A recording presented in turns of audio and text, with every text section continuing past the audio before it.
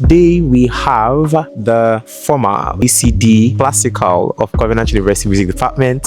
So she's someone that, despite this and her busy schedule, she also is doing very well in her academics, and she has time for God and her friends as well.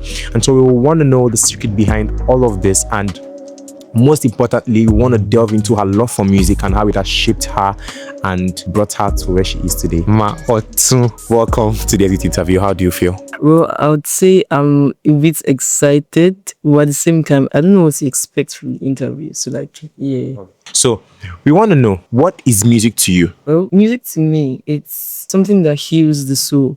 Music to me is something that gives meaning to life when nothing else has meaning. That's just what it is for me. Okay, so our next question for you would be, you're ACD Classical, and classical songs are different from contemporary songs, and to score those songs are a lot. You understand? So how was it for you being ACD Classical? I mean, how did you feel up from the moment that you were called up to take up that position and ran through that through a full year? How was that for you? To be honest, it was actually very, very intensive, and it was a lot. It was very tasking and it was very demanding because it's different from contemporary music. So it's something that needs like deliberate attention, and you have to be very conscious when you're doing it. So it was very demanding, especially because it's not something that a lot of people are used to. So it meant that I had to give myself to either teach people music theory or teach people how to sing it the right way, how to do this and that. So it was very demanding. It was very tasking. It also meant that at the same time, while I was in the position, I also had to develop myself in knowledge and in music as well when I was still in the position, right? Yeah, I did face a lot of challenges, but I think God really helped me navigate every single challenge that I had. One thing I also learned is that there's no challenge that comes to you if you're in a given leadership position. It means that you already have the capacity to actually sort that out. But what you now need to do is to find the right balance on how to do it or how to navigate that particular challenge. So I actually learned a lot during the position. I learned how to handle people, how to handle different challenges, interpersonal challenges, music challenges. But we want to know, because many people, when they take positions like this, they get distracted and it tends to affect their academics. Did that at any point happen to you? To me, no, actually, it did not, because I'm an academic person.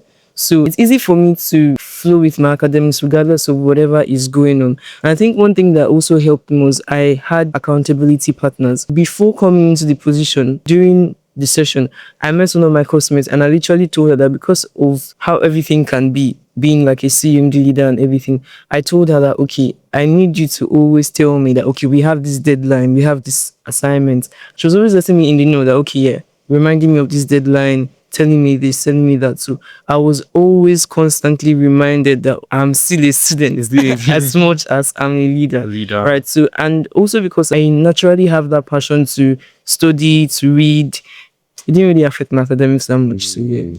So I believe from everything that we've gathered from all the guests we've interviewed, one thing that they've always kept saying is relationships are very important. We want to ask you the balance between your spiritual activities and your CUMD activities, knowing for a fact that you're the kind of person that when things are too much on your plates, you tend to, you understand. The question is, how were you able to go through everything? Okay, I would say I wasn't exactly trying to balance my spiritual life and balance other things I was doing. From my spiritual life, everything flows from there. So there's no, okay, I'm giving my spiritual life 50% and I'm giving the others 50%. I can't exactly give a balance between my spiritual life and everything.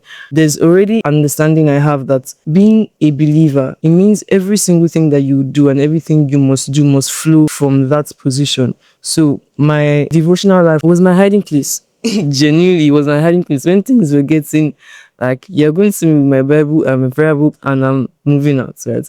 But it was my hiding place and it was also my natural habitat. So I wasn't exactly trying to balance my spiritual life with other things. That was just how things flowed from me. Yeah. Now for the trick question. If you were by chance to encounter this person, what would you say to this person? Okay, what I would say to this person, first of all, I'll tell the person to not think too much. Everything is actually under control.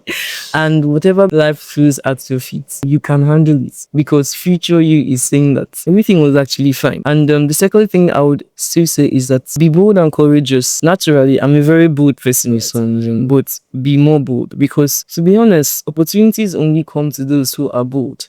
So yeah, those are the two things I will tell that person. Thank you so much, Maite. Honestly, this has been one of the most amazing conversations I've had so far.